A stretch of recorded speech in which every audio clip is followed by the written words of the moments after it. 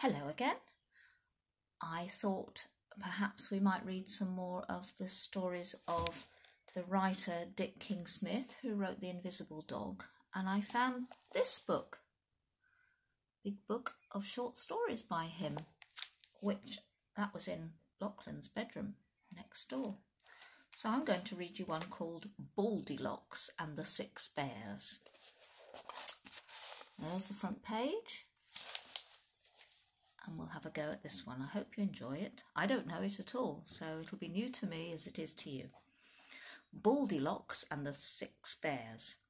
There was once a magic forest full of fine, tall trees. In it lived not only animals, but because it was a magic forest, fairies and pixies and elves and goblins. Some of the goblins were full of mischief, and some of the elves were rather spiteful, but on the whole, the fairy people were a happy lot. All except one. He was a hobgoblin, quite young, not bad looking. He might even have been thought handsome, except for one thing. He hadn't a hair on his head. Someone, probably an elf, had named him Baldilocks, and that was what everybody called him. Baldilocks had never had a great deal of hair, and what he did have had gradually fallen out, till now he had none at all. How sad he was! How he envied all the other fairy people with their fine locks and tresses each time they met at the full moon. In a clearing among the trees was a huge fairy ring, and in the middle of this ring sat the wisest fairy of them all. She was known as the Queen of the Forest. As usual, everyone laughed when Baldilocks came into the fairy ring. And there's a picture of Baldilocks. These are only black and white pictures because this is quite an old book. Baldilocks, someone, probably an elf, would shout, and then the pixies would titter, and the elves would snigger, and the goblins would chuckle, and the fairies would giggle, all except one. She was a little red-haired fairy, not especially beautiful, but with such a kindly face. She alone did not laugh at the bald hobgoblin. One night, when everyone was teasing poor Baldilocks as usual, the Queen of the Forest called for silence. Then she said to Baldilocks, "Would you like to grow a fine head of hair?"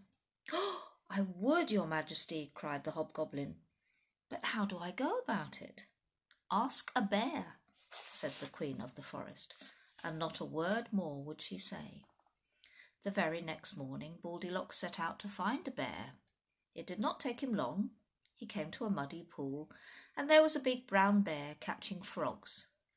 "Excuse me," said Baldilocks, "could you tell me how to grow a fine head of hair?" The brown bear looked carefully at the hobgoblin. He knew that the only way a bald person can grow hair is by rubbing bear's grease into his scalp. But he wasn't going to say that because he knew that the only way to get the bear's grease was to kill a bear.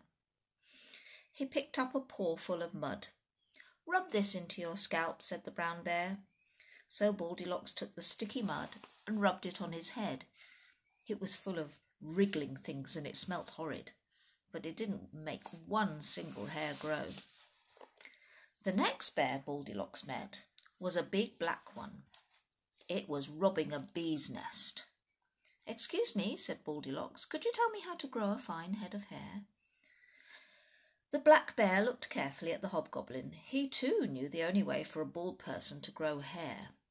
He pulled out a pawful of honeycomb. "Rub this into your scalp," said the black bear. And there's a picture of the bear collecting the honey from the bee's nest. So Baldilocks took the honey and rubbed it on his head. It was horribly sticky, and it had several angry bees in it that stung him, but it didn't make one single hair grow. The third bear that Baldilocks met was a big gingery one that was digging for grubs in a nettle patch.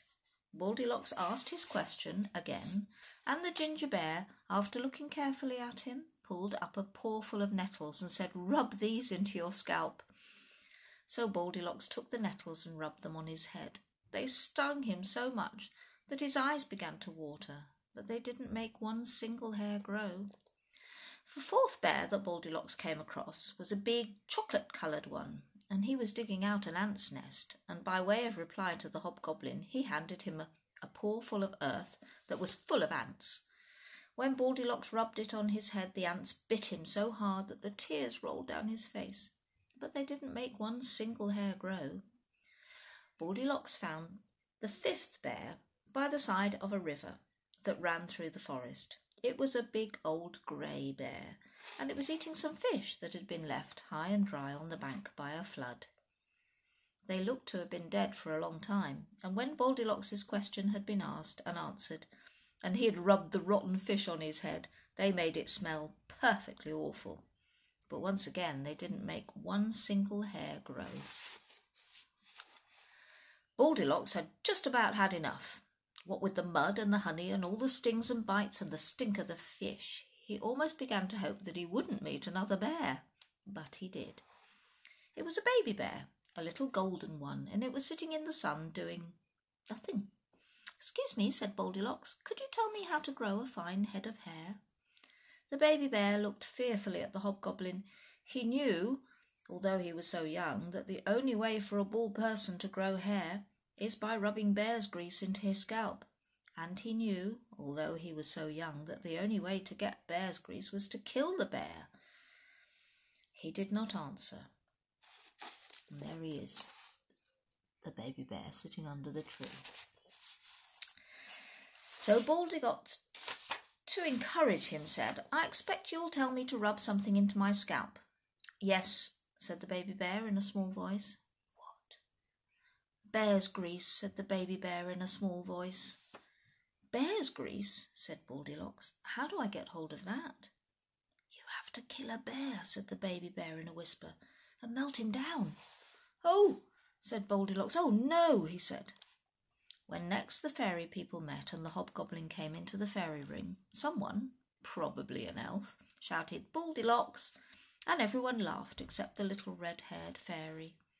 The Queen of the Forest called for silence. Then she said to Baldilocks, "You haven't grown any hair. Didn't you ask a bear?"